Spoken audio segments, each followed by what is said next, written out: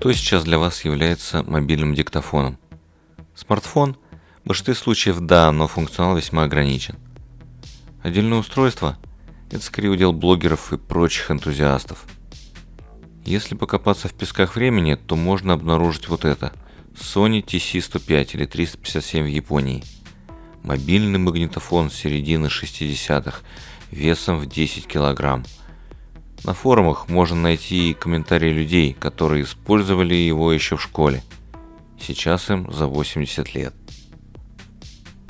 Естественно, устройство попало ко мне неисправным и являлось очередным подтверждением моего страха опасности включения таких устройств в розетку.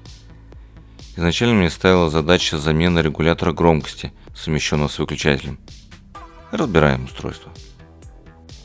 Сняв защитную крышку лентопротяжного механизма, можно обнаружить хитрый механизм смещения прижимного ролика.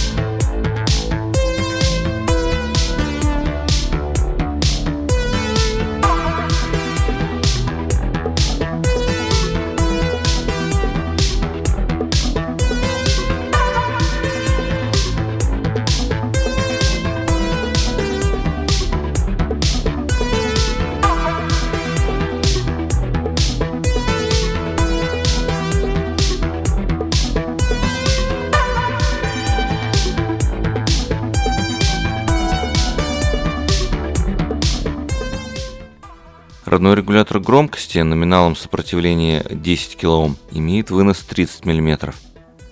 Внезапно оказалось, что найти такой в продаже довольно сложно. Забегая вперед, скажу, что применение резистора с выносом 20 мм тоже допустимо.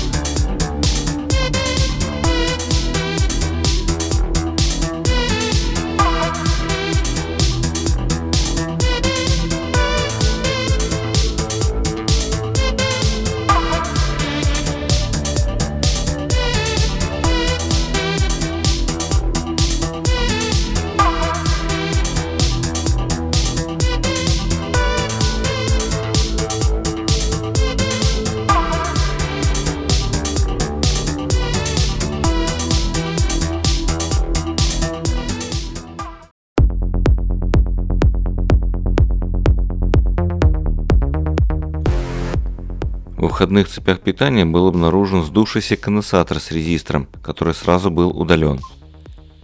Одновременно с этим были замечены хлопки при отключении цепей питания двигателя.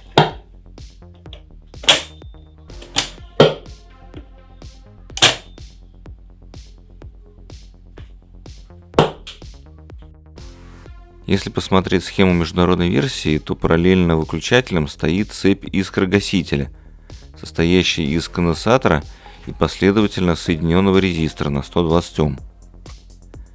В попытках найти полный аналог было выяснено, что в номенклатуре производителей имеются подобные сборки, но в силу их низкой популярности в продаже их почти не найти. В итоге была сделана сборка из конденсатора подавления электромагнитных помех типа Y и резистора 120 Ом на 2 Вт. Почему Y? А все потому, что конденсатор типа X при неисправности создает короткое замыкание, а Y делает разрыв цепи. Все это отражено в стандартах. Соответственно, в американской версии нужно использовать конденсатор типа X. На просторах интернета была найдена методика расчета искрогасящей цепи, и 2 варианта номограмм для оценки соответствующих величин.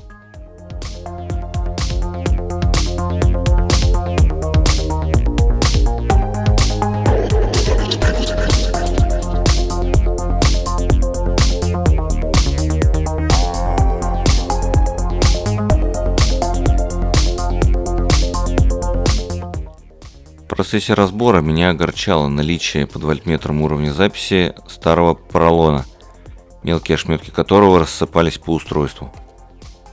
Полностью вычищаем остатки поролона, а вместо него я предлагаю использовать войлочные наклейки для ножек мебели. Без подкладки измеритель будет болтаться.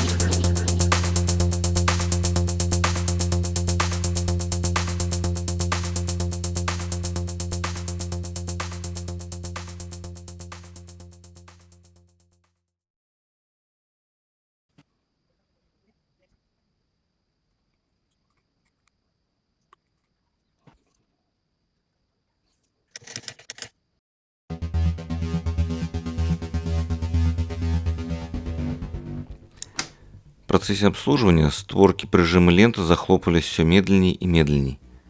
Причиной являлась задубевшая смазка оси рычага автоматики. Чтобы его смазать, необходимо открутить лентопротяжный механизм. Демонтаж последнего невозможен без отпайки проводов стирающей головки.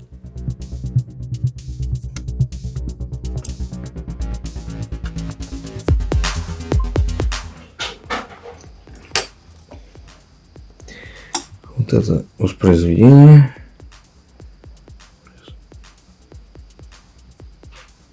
Вот это вот можно пленку загружать.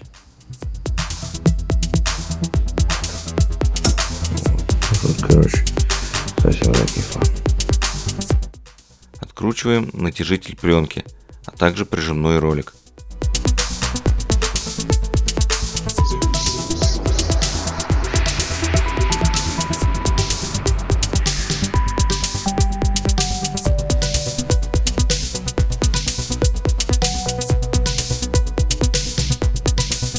Снимаем стопорное кольцо. Поддеваем отверткой рычаг, параллельно нагревая последний феном. Мой рычаг слез с оси только когда я выставил 400 градусов. Собираем в обратном порядке.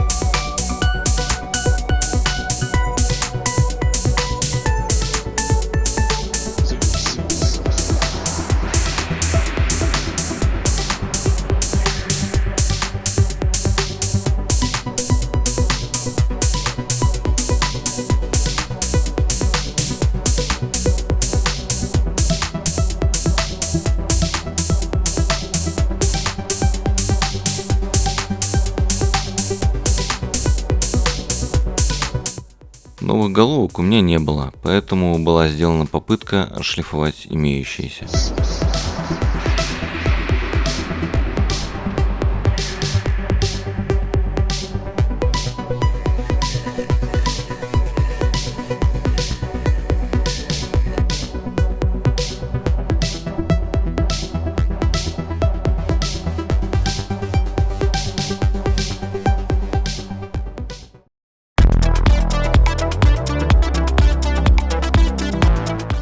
В моем экземпляре очень туго включалась перемотка вперед, а потому разбираем, чистим, смазываем.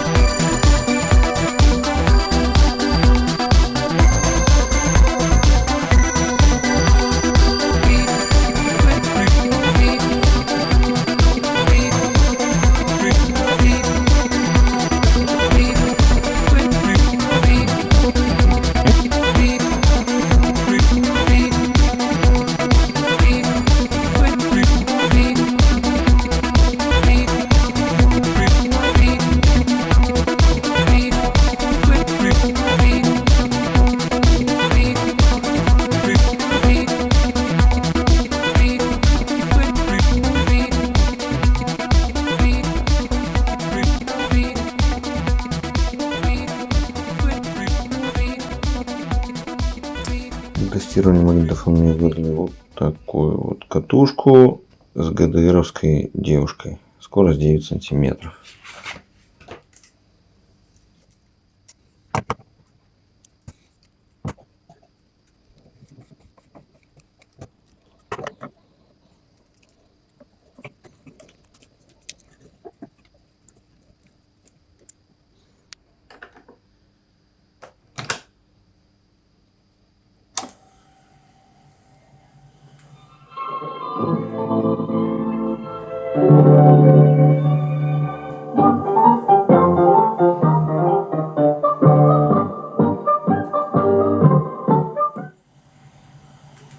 как видим, работает. Можно поставить на паузу. При этом оттопыривается прижимной ролик. Вот.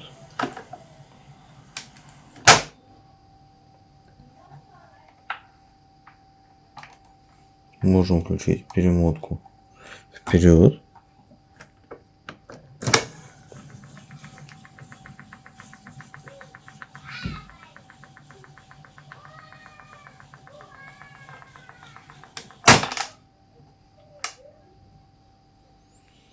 Вот. И перемотку назад.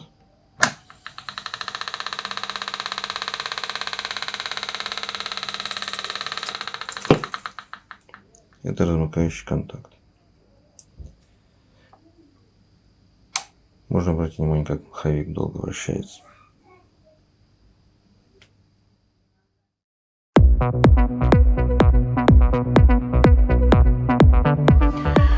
Что ж, вот у нас резистор японский LPS, который стоял в этом магнитофоне, совмещенный с выключателем. У него не работает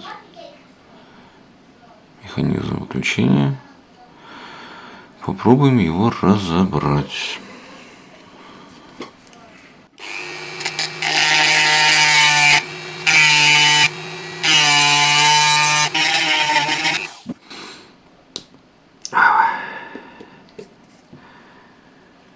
Оба. Вот, вытащилось. Так, и как у нас этот механизм работает? Классно, конечно.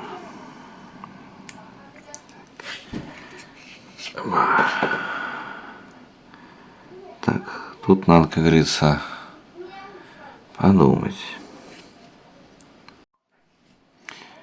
Ну да, все понятно. Это, короче, кусок пластика, который был внутри выключателя самого. Вот он, вот там вот. Мы его сейчас тоже вскроем. Вот, а сам расцепитель, вот.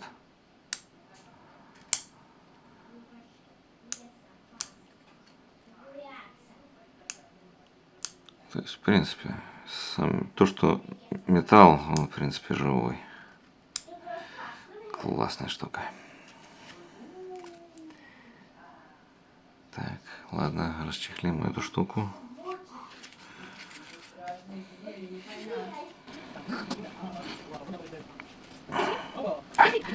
Самое главное, не попасть в руку.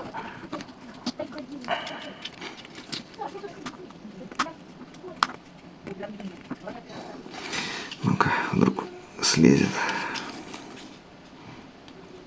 Вот, так.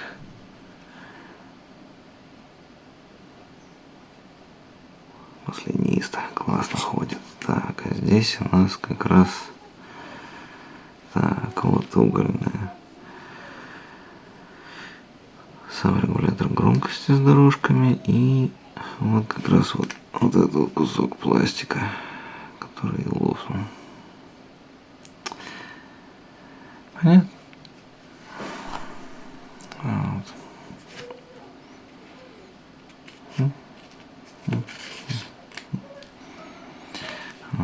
Вот это вот.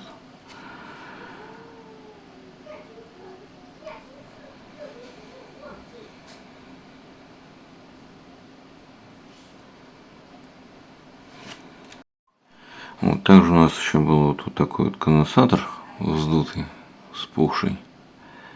Вот, даже не знаю, как его скрывать. Наверное, бокорезами. Не буду экспериментировать. Ну, попробуем бокорезиками. Так, наверное, прихватить не получится, да, но давайте будем вот так вот отхватывать.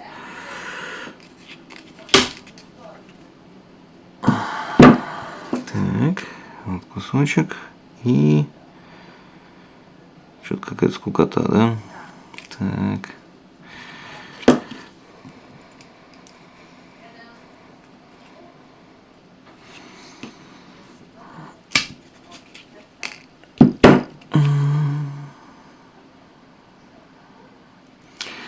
Ну вот уже с Сам конденсатор. Сейчас мы его будем потихонечку вскрывать. Так, а это у нас, наверное, уже... Так, это тут нафиг. Сопротивление, что ли, в корпусе?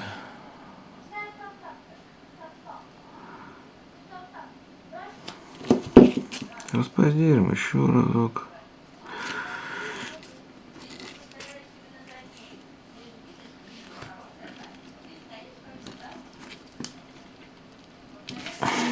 Да, даже не идет.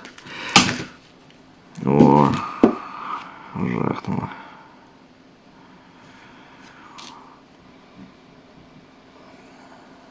Ну да. Вот контакт резистора. И вот его другая часть ответная. Он, походу дела, угольный. Ну а конденсатор, о чем конденсатор? Ну, ковырнем отверткой, конечно.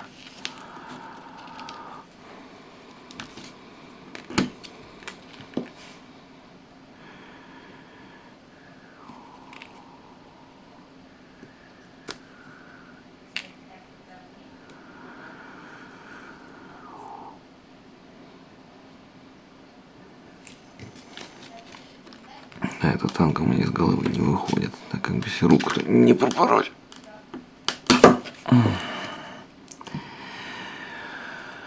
Ну, да, вот так вот конденсатор выглядит. Обычный, пленочный. Фольга, все дела.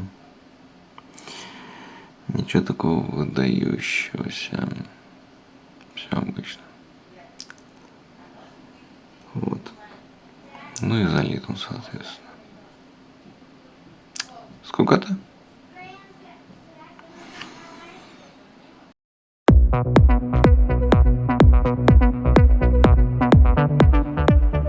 В режиме записи входной сигнал с микрофона или линейного входа через контактор S11 поступает на базу транзистора X1, отвечающего за уровень записи в ручном или автоматическом режиме.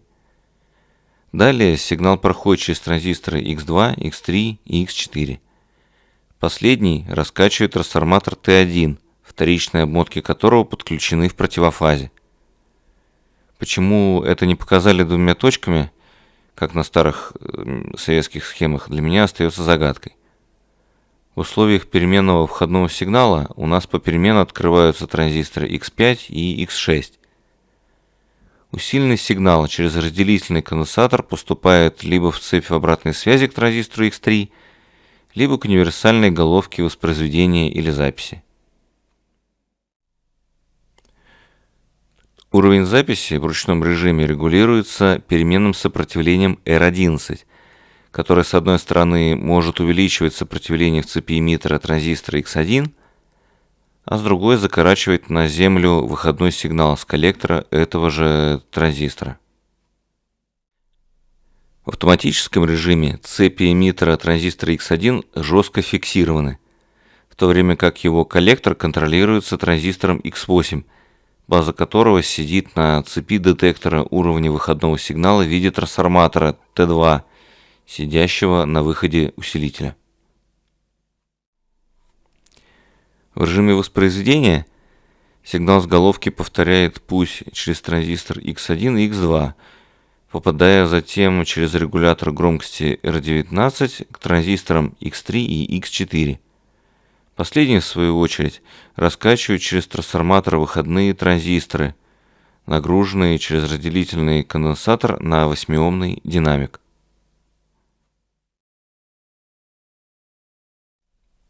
В режиме воспроизведения становится доступной регулировка тембров посредством воздействия выходного сигнала с коллектора X2 на эмиттер X1.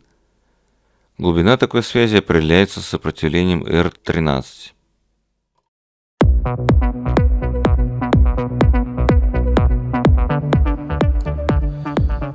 Вот. Если посмотрите название канала, то он у меня называется Sharp Птоника. И, естественно, я купил кассету производства Sharp, вот, на которой вот такие вот надписи. Вот. И, соответственно, я попробовал проиграть. Оказалось, что пленку хранили рядом с батареей или еще что-то в этом роде. И она вся деформировалась. И, соответственно, вот так вот она плохо наматывается, разматывается. Но мне очень понравилась одна песенка. Что за песенка? Вдруг кто-нибудь угадает? Не знаю.